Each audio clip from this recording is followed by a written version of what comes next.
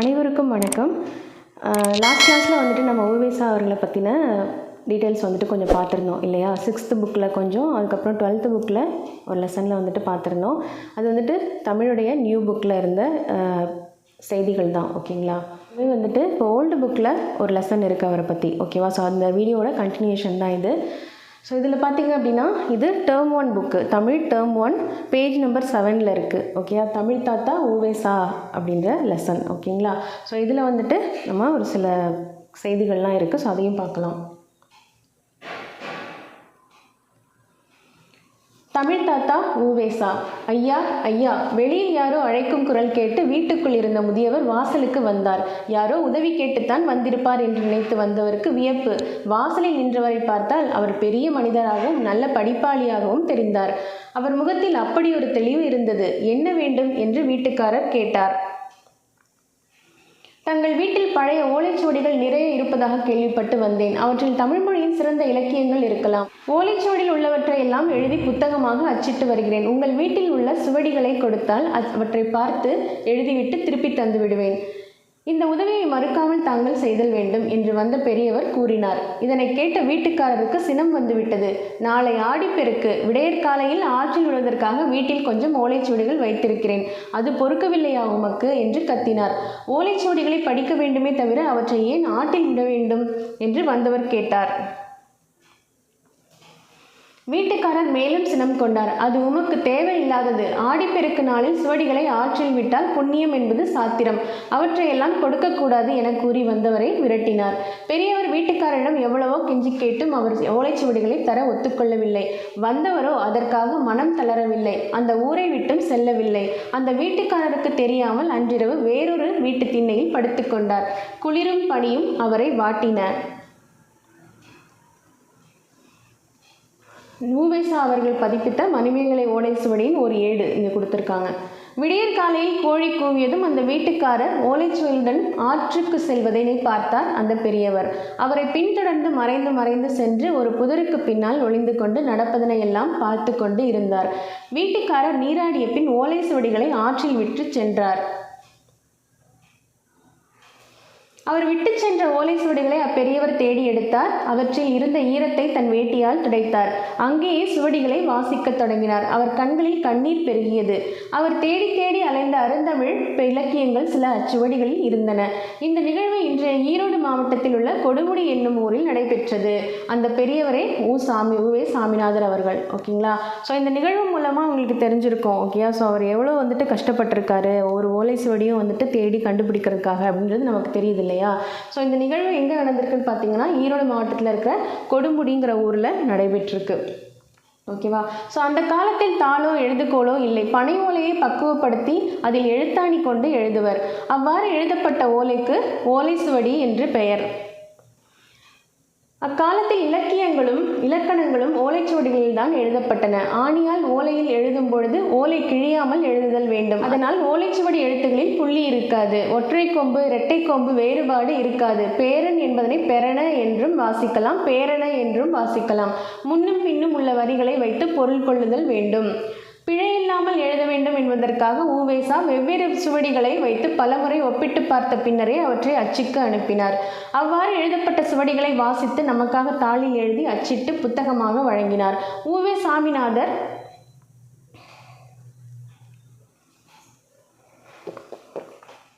அவ்வாறு எழுதப்பட்ட சுவடிகளை வாசித்து நமக்காக தாளில் எழுதி அச்சிட்டு புத்தகமாக வழங்கினார் உவே சாமிநாதர். அவ்விலக்கியங்களை படிப்பதற்காக அவர் ஓய்வின்றி உழைத்தார். அதனால் அவரை தமிழ் தாத்தா உவேசா என்று அன்போடும் உரிமையோடும் நாம் அழைக்கின்றோம். குறிஞ்சிப்பாட்டு என்னும் சுவடியை அச்சில் பதிப்பிப்பதற்காக எழுதி கொண்டிருந்தார். அச்சுவடியில் 99 வகையான பூக்களின் பெயர்கள்.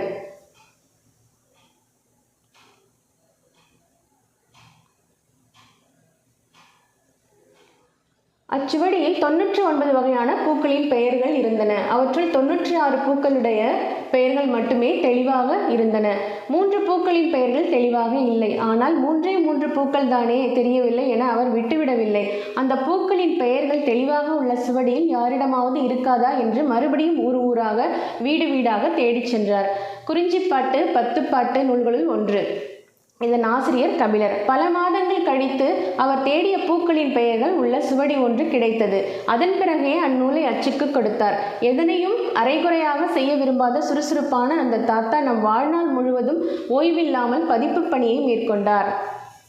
இங்கே ஒரு சின்னதாக ஒரு ஹிண்ட் கொடுத்துருக்காங்க. ஓலை சுவடிகள் பாதுகாக்கப்படும் சில இடங்கள்: கீழ்த்திசை சுவடிகள் நூலகம் சென்னை, அரசு ஆவண காப்பகம் சென்னை, உலக தமிழாராய்ச்சி நிறுவனம் சென்னை, சரஸ்வதி நூலகம் தஞ்சாவூர். ஓகேவா? ஸோ இங்கெல்லாம் தான் வந்துட்டு ஓலை சுவடிகளை பாதுகாப்பாக வச்சிட்ருக்கிற சில இடங்களாக இது இருக்குது. ஓகேங்களா? ஸோ அதை கண்டிப்பாக படிச்சுக்கோங்க. ஊவேசா பதிப்பித்த நூல்கள் இங்கே கொடுத்துருக்காங்க பாருங்கள், இந்த சைடில் கொடுத்துருக்காங்க பாருங்கள். ஸோ இது ரொம்ப ரொம்ப முக்கியம். ஓகேவா? ஸோ எந்த 8 தொகை 8 10 பாட்டு 10ங்கிற மாதிரி அவர் வந்துட்டு ஒவ்வொரு நூலையும் எவ்வளோ வந்துட்டு பதிப்பிச்சிருக்காரு அப்படிங்கிறது நம்ம கொடுத்துருப்பாங்க, டீட்டெயில் கொடுத்துருப்பாங்க. ஸோ அதை கண்டிப்பாக வந்துட்டு படிச்சுக்கணும். 8 தொகை 8, 10 பாட்டு 10, சீவக சிந்தாமணி 1, சிலப்பதிகாரம் 1, மணிமேகலை 1, புராணங்கள் 12, உலா 9, கோவை 6, தூது 6, வெண்பா நூல்கள் 13, அந்தாதி 3, பரணி 2, மும்மணிக்கோவை 2, இரட்டை மணிமாலை 2, பிற பிரபந்தங்கள் 4.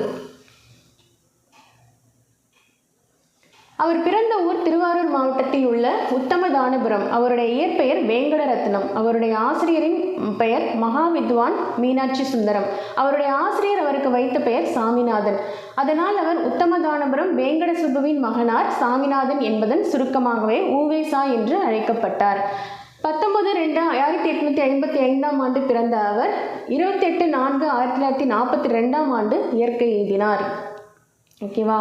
ஸோ திருவாரூர் மாவட்டத்தில் உத்தமதானபுரத்தில் தான் வந்துட்டு அவர் பிறந்திருக்காரு. அவருடைய இயற்பெயர் பார்த்திங்கன்னா வேங்கடரத்னம். ஓகேவா? ஸோ ஊவேசாருடைய இயற்பெயர் வேங்கடரத்னம், ரொம்ப முக்கியமானது, படிச்சுக்கோங்க. அவருடைய ஆசிரியரின் பெயர் வந்துட்டு மகாவித்வான் மீனாட்சி சுந்தரம்.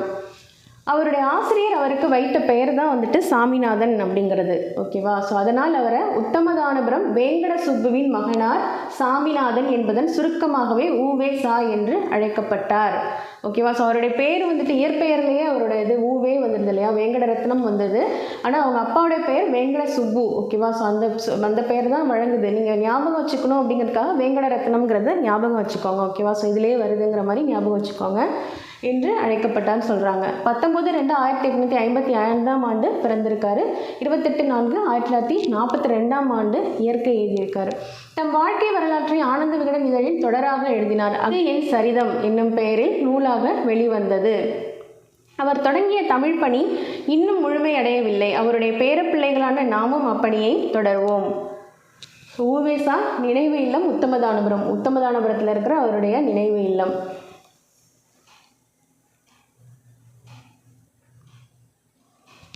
சிறப்பு குறிப்புகள். ஊவேசா அவர்களின் பெயரால் 1942 நிறுவப்பட்ட டாக்டர் ஊவேசா நூல் நிலையம் இன்றும் சென்னையில் உள்ள பெசன்ட் நகரில் தொடர்ந்து செயல்பட்டு வருகிறது. ஓகேவா? ஸோ சென்னை பெசன்ட் நகரில் ஊவேசா நூல் நிலையம் அப்படின்னு இருக்குது. 1942 நிறுவப்பட்டது. ஊவேசா அவர்களின் தமிழ் பணிகளை வெளிநாட்டு அறிஞர்களான ஜியு போப், சூலியல் வின்சோன் ஆகியோர் பெரிதும் பாராட்டியுள்ளனர். ஸோ அவர் பாராட்டினவங்க யார் அப்படின்னு கேட்பாங்க. G U Pope, Julien Vinson. Okay? So வெளிநாட்டு அறிஞர்கள் யார் அப்படின்னா ஜியு போப், சூலியல் வின்சோன். நடுவணரசு ஊவேசா அவர்களின் தமிழ் தொண்டினை பெருமைப்படுத்தும் வகையில் 2006 அஞ்சல் தலை வெளியிட்டு சிறப்பித்துள்ளது. ஓகேவா? ஸோ 2006 அஞ்சல் தலை வெளியிட்டிருக்கிறாங்க. ஸோ அவங்க நடுவணரசு வெளியிட்ட அஞ்சல் தலை இதுதான்.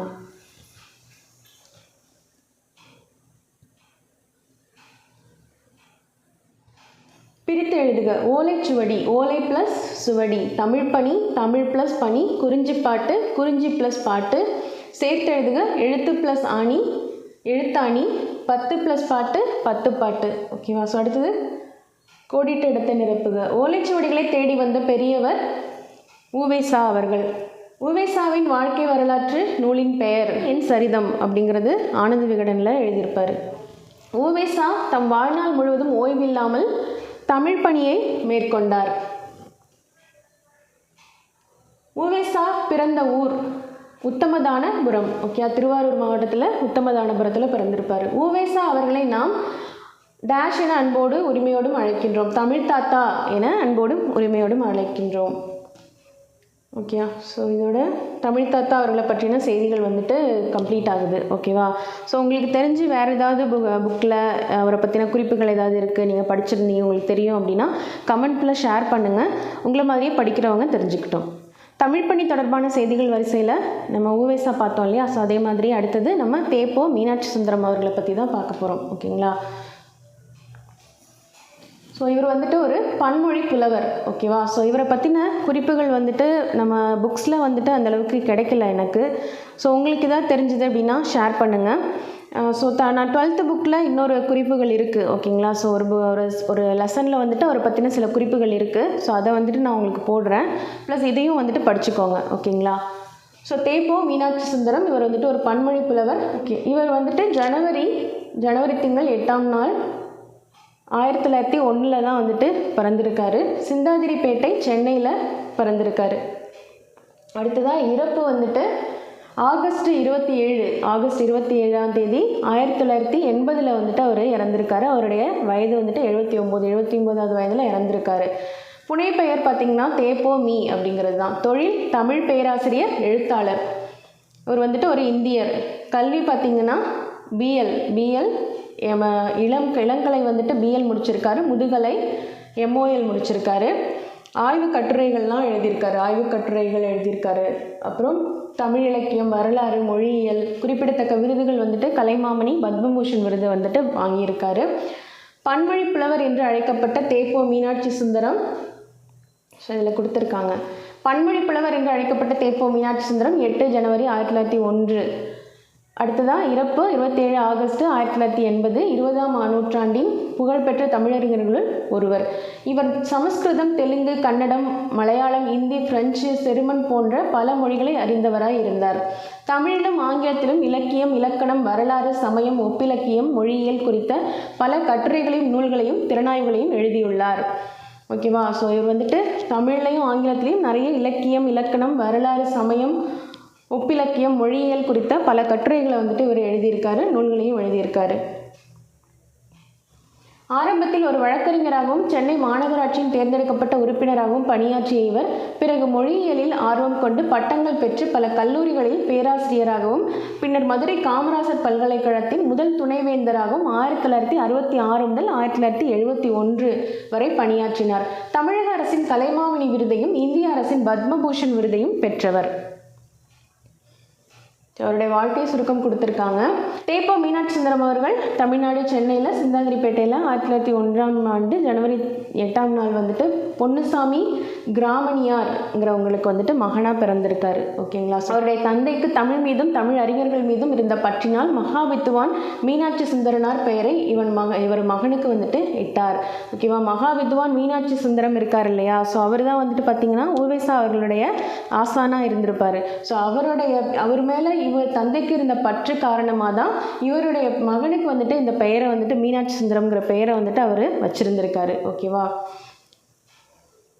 ஸோ இந்த விஷயம் கிளியராக தெரிஞ்சுக்கோங்க. நிறைய பேர் மகாவித்வான் மீனாட்சி சுந்தரம்ங்கும்பொழுது அப்போ தேப்போமிங்கிறவர் வந்துட்டு ஊவேசா வந்துட்டு அவருடைய சீடனாக இருப்பாரோ அப்படிங்கிற மாதிரி நிறைய வந்துட்டு டவுட் இருக்குது. ஊவேசா தான் வந்துட்டு அவருடைய மாணவராக இருப்பார் அப்படிங்கிற மாதிரி. ஸோ அந்த மாதிரிலாம் எதுவும் கிடையாது. ஸோ அதுக்கப்புறமா தான் வந்துட்டு தேப்போமி வந்திருப்பார். ஊவேசாக்கு அப்புறமா தான் தேப்போமி வந்திருப்பார். ஓகேங்களா.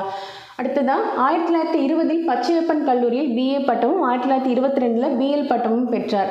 1923 MA பட்டம் பெற்று வரலாறு, பொறியியல், அரசியல் ஆகிய துறைகளில் முதுகலை பட்டமும் பெற்றார்.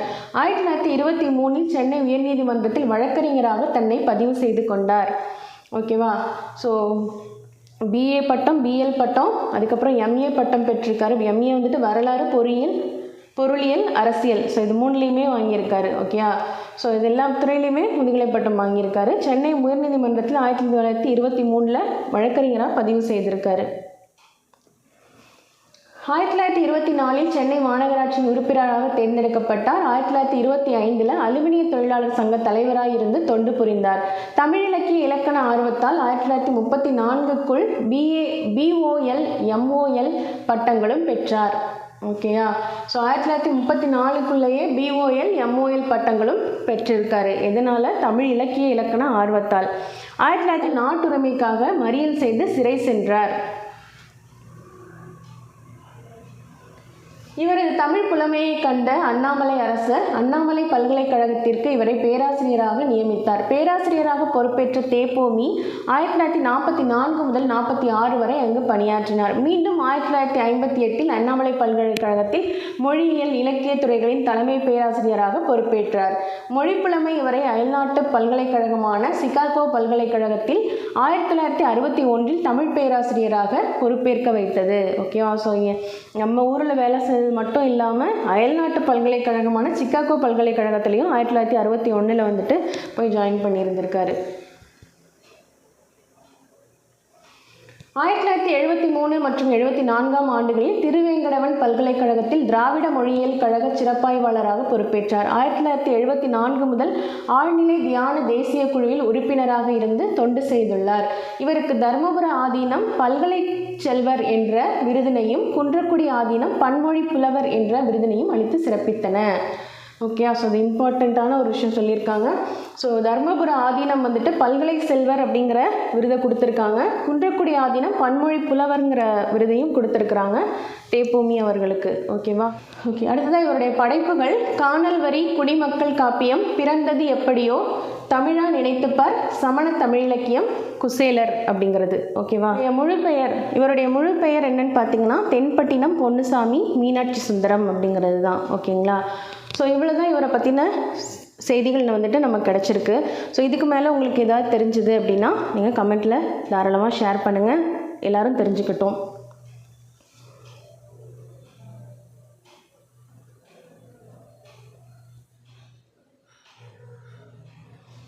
ஸோ அடுத்ததான் நம்ம பார்க்க போகிறது தமிழ் பணி தொடர்பான செய்திகளில் சி இலக்குவனார். ஓகேங்களா? ஸோ உவேசா பார்த்தாச்சு, தேப்போ மீனாட்சி சுந்தரம் பார்த்தாச்சு.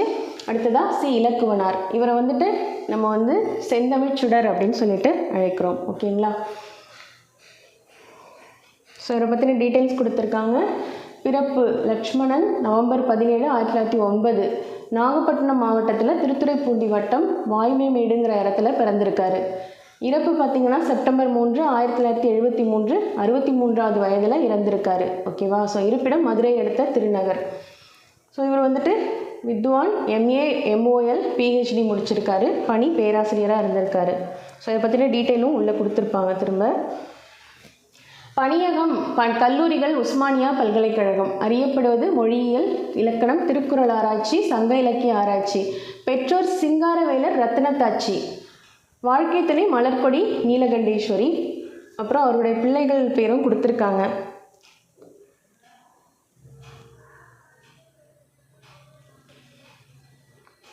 ஸோ இங்கே கொடுத்துருக்காங்க பாருங்கள். பேராசிரியர் சி இலக்குவனார் நவம்பர் 17, 1909 செப்டம்பர் 3, 1973 தமிழறிஞர்களில் தனிச்சிறப்பு வாய்ந்தவர். ஓகே, ஸோ அந்த பிறந்து அந்த நாளில் இழந்திருக்காரு. தமிழறிஞர்களை தனிச்சிறப்பு வாய்ந்தவர். மொழியியல், இலக்கணம், தொல்காப்பிய ஆராய்ச்சி, திருக்குறள் ஆராய்ச்சி, சங்க இலக்கிய ஆராய்ச்சி என பல்வேறு பொருட்களில் நிறைய நூல்கள் இயற்றியுள்ளார். அவருடைய வாழ்க்கை சுருக்கம் கொடுத்துருக்காங்க. ஸோ திரும்ப அதே தான். ஸோ திருவள்ளுவர் ஆண்டு 1940 கார்த்திகை திங்கள் முதல் நாள், ஆங்கில ஆண்டு 1909 நவம்பர் 17ஆம் நாள், தமிழ்நாட்டின் அன்றைய தஞ்சாவூர் மாவட்டம், இன்றைய நாகப்பட்டினம் மாவட்டம், திருத்துறைப்பூண்டிக்கு அருகில் வாய்மைமேடுங்கிற சிற்றூரில் வந்துட்டு குறுநில கிழாராகவும் ஒரு மளிகை கடை உரிமையாளராகவும் விளங்கிய சிங்காரவேலர் ரத்னத்தாச்சி ஆகியோருக்கு 2வது மகனாக பிறந்தார். தமது 4 வயதிலேயே தந்தையை இழந்தார். கல்வி பார்த்திங்கன்னா தொடக்க கல்வி வாய்மேட்டில் சுப்பையா ஆசிரியர் நடத்திய திண்ணைப்பள்ளியிலும் கண்ணுசாமி ஆசிரியர் நடத்திய திண்ணைப்பள்ளியிலும் பயின்றார். பின்னர் வாய்மேட்டில் இருந்த அரசு தொடக்கப்பள்ளியில் 3ஆம் வகுப்பு முதல் 5ஆம் வகுப்பு வரை படித்திருந்த இலக்குவனாரின் பள்ளி படிப்பு தடைப்பட்டது. தமது அண்ணன் நல்ல பெருமாளுக்கு உதவியாக வயல் வேலைகளை கவனிப்பதும் மாடுகளை மேய்ப்பதுமே இவரது வேலையாயிற்று. ஸோ அதுக்கப்புறமா அவருடைய படிப்பு தடைப்பட்டிருக்கு. விவசாய வேலையை பார்க்க ஆரம்பிச்சிருக்காரு. நடுநிலை கல்வி. தன் பிள்ளை படிக்க வேண்டும் என்று அவரது தாயார் விழைந்தமையால் தஞ்சாவூர் சரபோஜி மன்னரின் அறக்கட்டளை சார்பில் ராசாமடம் என்னும் இடத்தில் இருந்த நடுநிலை பள்ளியில் 1924ஆம் ஆண்டில் 5ஆம் வகுப்பில் சேர்ந்து படிக்க தொடங்கினார். இங்கு இவர் 8ஆம் வகுப்பு படித்த பொழுது லட்சுமணன் என இவரது பெற்றோர் இட்ட பெயரை இவர்தம் தமிழாசிரியர் சாமி சிதம்பரனார் லக்குவன் என மாற்றச் செய்தார். அப்பொழுது முதலே தனித்தமிழ் மீது நாட்டமும் தமிழில் பிறமொழி கலப்பதை தவிர்க்கும் முனைப்பும் இலக்குவனாருக்கு ஏற்பட்டது. ஓகேங்களா. ஸோ அவங்க அம்மா படிப்பு பாதியில் நின்றுச்சு. ஆனால் அவங்க அம்மாவுக்கு வந்துட்டு தன் பிள்ளை கண்டிப்பாக படிக்கணும் அப்படிங்கிற ஒரு ஆர்வத்தினால அவங்க என்ன பண்ணுறாங்க, தஞ்சாவூர் சரபோஜி மன்னருடைய அறக்கட்டளை சார்பில் ராசாமடம்ங்கிற இடத்துல இருந்த நடுநிலை பள்ளியில் 1924ஆம் ஆண்டில் 5ஆம் வகுப்பில் சேர்த்து படிக்க தொடங்க வச்சுருக்காங்க. ஓகேங்களா. ஸோ இவர் இங்கு 8ஆம் வகுப்பு படித்துட்டு இருந்தபோது லக்ஷ்மணன் என்ற இவரது பெற்றோர் இட்ட பெயரை லக்ஷ்மணங்கிற இவர் பெற்றோர் இட்ட பெயரை வந்துட்டு இவரது தமிழாசிரியர் வந்துட்டு சாமி சிதம்பரனார் அவர் வந்துட்டு லக்குவன் அப்படின்னு சொல்லிட்டு மாற்றிருக்காரு. லக்ஷ்மணங்கிற பெயரை லக்குவன் அப்படின்னு சொல்லி மாற்றிருக்காரு. ஸோ அப்பொழுது முதலே தனித்தமிழ் மீது நாட்டமும் தமிழில் பிறமொழி கலப்பதை தவிர்க்கும் முனைப்பும் வந்துட்டு இலக்குவனாருக்கு இருந்திருக்கு. அடுத்ததான் உயர்நிலை கல்வி. ஓகே, உயர்நிலை பள்ளி கல்வி. பின்னர் 1924ஆம் ஆண்டில் சரபோஜி மன்னரின் அறக்கட்டளை சார்பில் ஒரத்த நாட்டில் இருந்த உயர்நிலை பள்ளிகளில் பயின்று தமது ஆசிரியர்களின் நன்மதிப்பையும் பாராட்டையும் பெற்றார். அங்கு பொன்னண்ணா களத்தில் வென்றார் என்பவரிடம் பயின்று பள்ளி இறுதி வகுப்பில் சிறப்புடன் தேர்ச்சி பெற்றார்.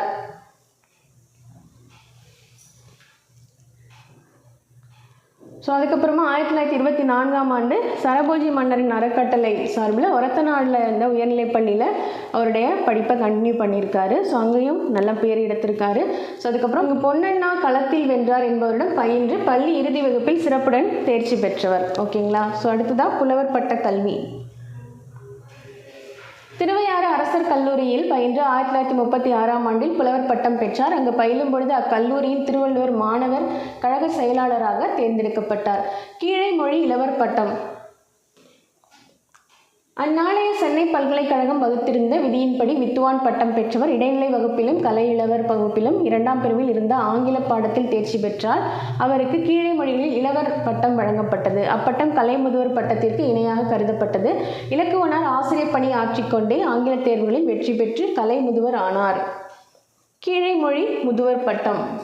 பின்னர் தமிழ் மொழியின் தோற்றமும் வளர்ச்சியும் origin and growth of the Tamil language என்னும் தலைப்பில் ஆய்வு செய்து கீழே மொழிகளில் முதுவர் பட்டம் பெற்றார். அடுத்ததான் முனைவர் பட்டம். இலக்குவனார் மதுரை தியாகராசர் கல்லூரியில் பணியாற்றி கொண்டிருந்த போது தொல்காப்பியத்தை ஆங்கிலத்தில் மொழிபெயர்த்து விரிவாக ஆய்வும் நிகழ்த்தி தமது முனைவர் பட்ட பேச்சிற்கான ஆய்வேட்டை அளித்தார். 1963இல் முனைவர் பட்ட பேச்சிற்காக Tolkappiyam in English with critical studies என்னும் ஆய்வேட்டை அளித்து 1963ஆம் ஆண்டில் முனைவர் பட்டம் பெற்றார். தமது பல்வேறு பணிகளின் காரணமாகவும் பணி இழப்புகளின் காரணமாகவும் காலந்தாழ்ந்து 53 அகவையில் இப்பட்டத்தை அவர் பெற்றாலும் தமிழ் நெஞ்சங்கள் மகிழ்ந்து போற்றின. ஓகே, ஸோ ரொம்பவே லேட்டாக வந்துட்டு படிச்சிருக்காரு. ஓகேவா. ஸோ 53வது அகவையில் தான் வந்துட்டு இந்த பட்டத்தையே இவர் வாங்கியிருக்காரு. ஓகேங்களா. குமரி முதல் சென்னை வரை இவருக்கு தமிழ்நாடெங்கும் பாராட்டு விழாக்கள் நடந்தன. ஒரு பேராசிரியர் முனைவர் பட்டம் பெற்றமைக்காக தமிழ்நாடெங்கும் பாராட்டு விழாக்கள் நடந்த நிகழ்வு இதற்கு முன்பும் இல்லை பின்பும் இல்லை அப்படின்னு சொல்கிறாங்க. இவரது தொல்காப்பிய ஆங்கில நூலுக்கு அறிஞர் அண்ணா அவர்கள் அணிந்துரை வழங்கி பாராட்டியுள்ளார். பின்னர் அண்ணா தமிழர் முதல்வராக பொறுப்பேற்ற போது தமது அயல்நாட்டு சுற்றுப்பயணத்தில் இந்நூலை போப்பாண்டவர் அவர்களுக்கும் அமெரிக்க நூலகங்களுக்கும் தமிழரசின் சார்பாக அன்பளிப்பாக அண்ணா வழங்கினார். ஆசிரியர் பணி. திருவையாறு அரசர் கல்லூரியில் புலவர் பட்டம் பெற்ற பின் அக்கல்லூரியிலேயே சில காலம் பணியாற்றினார். 1936 ஜூன் மாதம் முதல் 1942ஆம் ஆண்டு வரை தஞ்சை மாவட்ட நாட்டாண்மை கழக உயர்நிலைப் பள்ளிகளில் தமிழாசிரியராக பணிபுரிந்திருக்காரு. தஞ்சை டிஸ்ட்ரிக்ட் போர்டு ஹை ஸ்கூல்ஸில் ஒரு வேலை பார்த்துருக்காரு. ஓகேங்களா. ஸோ அடுத்ததாக தமிழறிஞர் க. அப்பாதுரையுடன் இலக்குவனார். கலைஞர் மு. கருணாநிதி திருவாரூரில் பள்ளி இறுதி வகுப்பு பயின்றபோது அவரது ஆசிரியராக திகழ்ந்தவர். தமக்கு தமிழுணர்வுடன் சுயமரியாதை பண்பையும் ஊட்டியவர் என்று இவரை பற்றி தன் வரலாற்று நூலாகிய நெஞ்சுக்கு நீதியில் கலைஞர் குறிப்பிட்டுள்ளார். ஓகேங்களா. ஸோ இது ரொம்ப இம்பார்ட்டண்ட். ஸோ மு. கருணாநிதி அவர்கள் வந்துட்டு இவருடைய ஸ்டூடெண்ட்டாக தான் இருந்திருக்காரு. ஸோ அவரை பற்றி இவர் சொல்லும் பொழுது என்ன சொல்லியிருக்காருன்னா, தமக்கு தமிழுணர்வையும் சுயமரியாதை பண்பையும் ஊட்டியவர் என்று இவரை பற்றி தன் வரலாற்று நூலாகிய நெஞ்சுக்கு நீதியில் கலைஞர் வந்துட்டு குறிப்பிட்டிருக்காரு. ஸோ யாரை குறிப்பிட்டிருக்காரு அப்படிங்கிற மாதிரியான கேள்விகளும் வரும். சி. இலக்குவனார். அதன் பின்னர் 1942இலிருந்து 45 வரை திருவையாறு அரசு கல்லூரியில் விரிவுரையாளராக பணிபுரிந்த இலக்குவனார் அன்றைய சுயமரியாதை இயக்க தலைவர்களில் ஒருவராகிய சேட்டை நாயகம் குலசேகரன் பட்டினத்தில் தொடங்கிய தமிழ் கல்லூரியில் முதல்வராக பணியமர்த்தம் பெற்றார். பின்னர் திருநெல்வேலி மா.தி.த. இந்து கல்லூரியில் தமிழ் உரைவியலாளராகவும் 1947 விருதுநகரில் தொடங்கப்பெற்ற வி.ஏ. செந்தில்குமார நாடார் கல்லூரியில் தமிழ்துறை தலைவராகவும் பணிபுரிந்தார். 1952ஆம் ஆண்டில் நடைபெற்ற பொதுத் தேர்வில் 1952ஆம் ஆண்டில் நடைபெற்ற பொதுத் தேர்தலில் விருதுநகர் தொகுதியில் கு. காமராசரை எதிர்த்து போட்டியிட்ட கோ.து. நாயுடு ஜி.டி. நாயுடுவை ஆதரித்து பரப்புரை செய்தார். இதனால் விருதுநகர் கல்லூரியிலிருந்து துரத்தப்பட்டார். ஓகேவா? ஸோ என்ன சொல்லியிருக்காங்கன்னா, இங்கே வந்துட்டு 1952ஆம் ஆண்டு வந்துட்டு நடைபெற்ற பொது தேர்தலில் விருதுநகர் தொகுதியில் கு. காமராசரை எதிர்த்து போட்டியிட்ட கோ.து. நாயுடு அவரை ஆதரித்த அந்த கோ.து. நாயுடு, அதாவது ஜி.டி. நாயுடுன்னு சொல்கிறாங்க இல்லையா, ஸோ அவரை ஆதரித்து பரப்புரை செய்திருக்காரு. ஸோ அதனால் விருதுநகர் கல்லூரியிலேருந்து அவரை துரத்தி இருக்கிறாங்க. பின்னர் 1952 முதல் 1955 வரை புதுக்கோட்டையில் B.A. சுப்பிரமணியனார் உருவாக்கிய திருக்குறள் கழகத்தில் ஞாயிறுதோறும் திருக்குறள் வகுப்புகள் நடத்தினார். 1955-56ஆம் ஆண்டு கல்வியாண்டில் திருவெறும்பூர் முக்குளத்தோர் உயர்நிலைப் பள்ளியில் தலைமை ஆசிரியர், 1956 முதல் 58 வரை ஈரோடு காசன கல்லூரியில் தமிழ் விரிவுரையாளர், 58லேருந்து 61 வரைக்கும் நாகர்கோயில் தேத்தி இந்து கல்லூரியில் தமிழ் துறை தலைவர், 61 முதல் 65 வரை மதுரை தியாகராசர் கலைக்கல்லூரியில் தமிழ்துறை தலைவர், சென்னை மாநில கல்லூரியில் தமிழ்துறை தலைவர், ஹைதராபாத்தில் உள்ள உஸ்மானியா பல்கலைக்கழகத்தில் தமிழ்துறை தலைவர், 30/12/1970 வரை நாகர்கோயில் தேத்தி இந்து கல்லூரியில் முதல்வராக பணியாற்றி ஓய்வு என இவர் பணியாற்றிய கல்லூரிகளின் பட்டியல் பெரிதாகும். இவரது அஞ்சா நெஞ்சமும் தன்மான உணர்வும் எவ்விடத்தும் இவர் தொடர்ந்து பணிபுரிய இடமளிக்கவில்லை. மாணவரிடையே தமிழுணர்வை இவர் ஊட்டியமை இவர் மாணவர்களை புரட்சிக்கு தூண்டுவதாக கல்லூரி பொறுப்பாளர்களை கருத செய்தது. ஸோ இவர் வந்துட்டு மாணவர்களுக்கு வந்து தமிழ் உணர்வை ஊட்டியது வந்துட்டு அவர் மாணவர்களை புரட்சிக்கு தூண்டுவதாக கல்லூரி பொறுப்பாளர்களை வந்துட்டு இவர் நினைக்க வச்சிருக்காரு. அந்த மாதிரி நினச்சிருக்காங்க எல்லாருமே.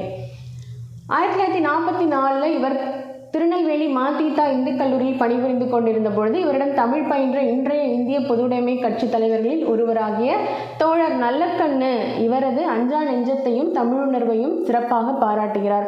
அன்றைய தமிழ் வகுப்புகளில் வகுப்பதுவே ஆங்கிலத்தில் மாணவர்கள் கூறி வந்த நிலையை மாற்றி உள்ளேனையா என கூற வைத்தவரும், பிற்காலத்தில் தமிழகம் எங்கும் இம்மாற்றம் ஏற்பட காரணமும் இருந்தவர் இலக்குவனாரே என நல்லக்கண்ணு அவர்கள் கூறுகிறார்.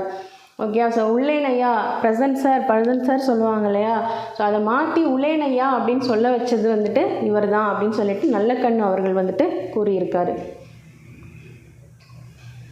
இதழ்கள் வெளியிடல். இலக்குவனார் தாம் பணியாற்றி சென்ற இடமெல்லாம் தமிழ் மன்றங்களை நிறுவியும் இதழ்களை நடத்தியும் மக்கள் மனத்தில் தமிழ் எழுச்சியும் ஆர்வமும் ஏற்பட பாடுபட்டார். 1944 முதல் 47 வரை இவர் நடத்திய சங்க இலக்கியம் வார இதழ் புலவருக்கு மட்டுமே உரியதாக கருதப்பட்டு வந்த சங்க இலக்கியங்களை மக்களிடையே பரவ வழிவகுத்தது.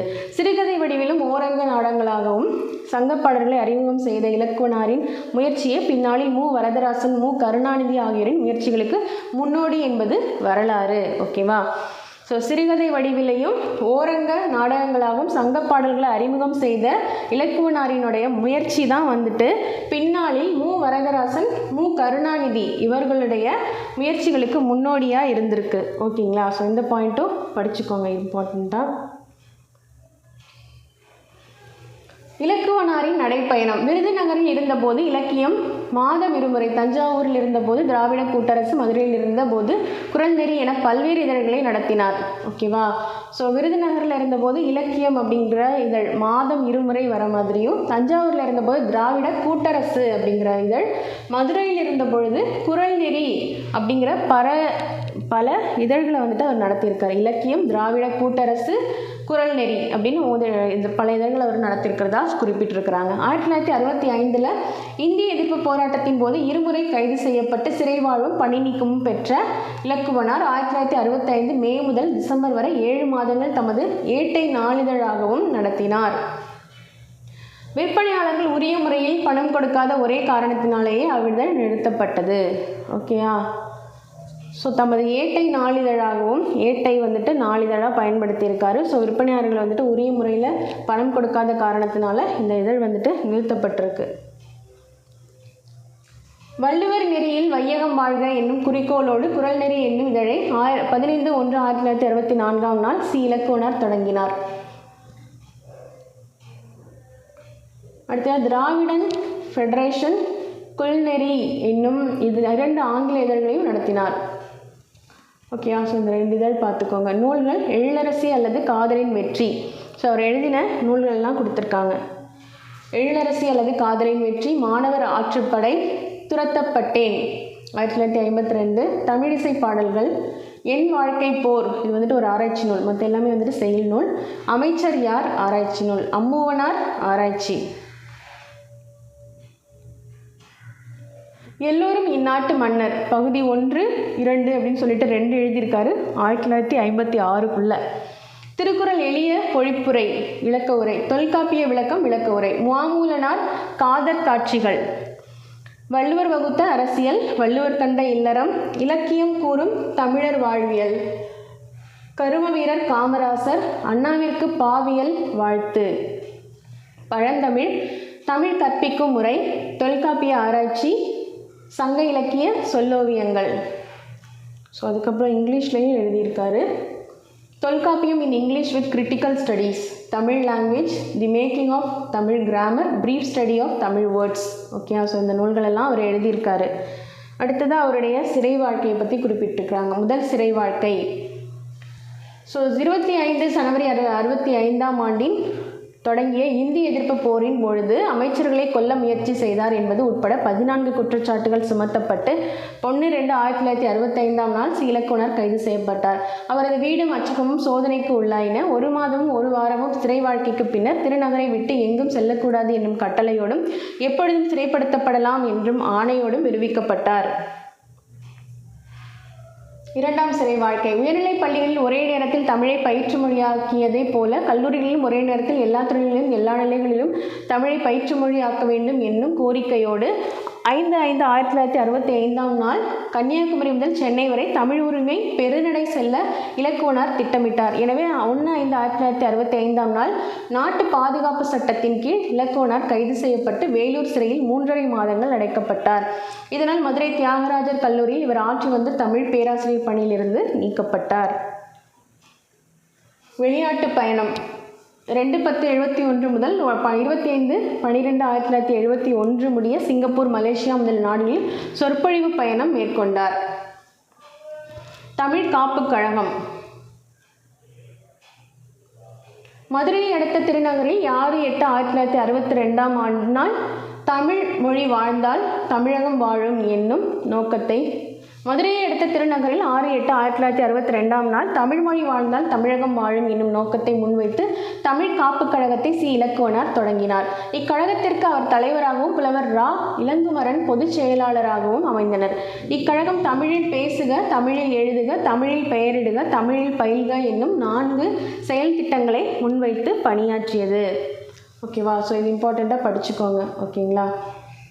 ஸோ தமிழ் மொழி வாழ்ந்தால் தமிழகம் வாழும் என்னும் நோக்கத்தை முன்வைத்து தமிழ் காப்புக் கழகத்தை சி. இலக்குவனார் வந்துட்டு தொடங்கியிருக்கார். ஓகே, தமிழ் காப்புக் கழகத்தை தொடங்கியிருக்காரு.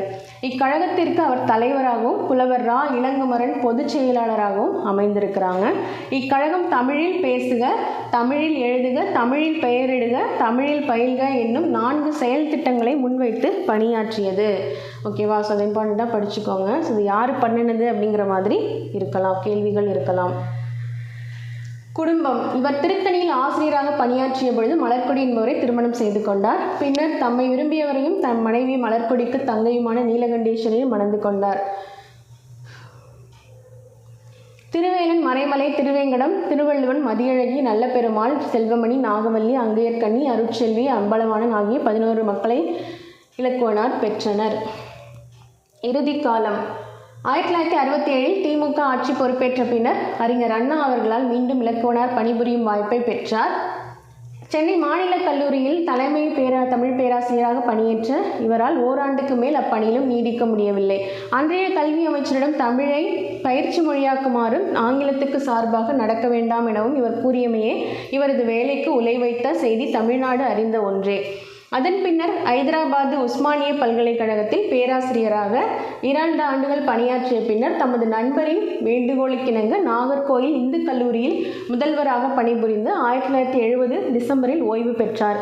மீண்டும் குறள் நெறி இதழை தொடங்கி நடத்தியும் நாடெங்கும் சென்று சொற்பொழிவாற்றியும் தமது தமிழ் பணியை தொடர்ந்த இலக்குவனார் நீரிழிவு நோய் காரணமாக 1973ஆம் ஆண்டு செப்டம்பர் 3ஆம் நாள் காலமானார். ஓகேயா? ஸோ அடுத்ததான் சி இலக்குவனாரின் மாணவர்கள் சிலர். பின்னாளில் பல்வேறு துறைகளில் புகழ்பெற்ற பலர் சி இலக்குவனாரிடம் தமிழ் பயின்று உள்ளார்கள். அவர்களில் சிலர் மு. கருணாநிதி, முனைவர் கி. வேங்கட சுப்பிரமணியன், நல்லக்கண்ணு, முனைவர் க. காளிமுத்து, நா. காமராசன், ப. ஜெயப்பிரகாசம், இன்குலாப், முனைவர் பூ. சொல் விளங்கும் பெருமாள், சேடப்பட்டி முத்தையா. ஓகேவா? ஸோ இதெல்லாம் இவர்கள் எல்லாருமே வந்துட்டு இவர்களுடைய மாணவர்கள் அப்படின்னு சொல்கிறாங்க. ஓகேவா? புகழ்மொழிகள், அவருக்கு கிடைச்ச புகழ்மொழிகள் என்னென்ன, பெற்ற பட்டங்கள் என்ன அப்படின்னு பார்க்கலாம். பேராசிரியர் இலக்குவனார் ஒரு மாபெரும் தமிழ் இயக்கம். முனைவர் கி. வேங்கட சுப்பிரமணியம், முன்னாள் துணைவேந்தர், புதுவை பல்கலைக்கழகம்.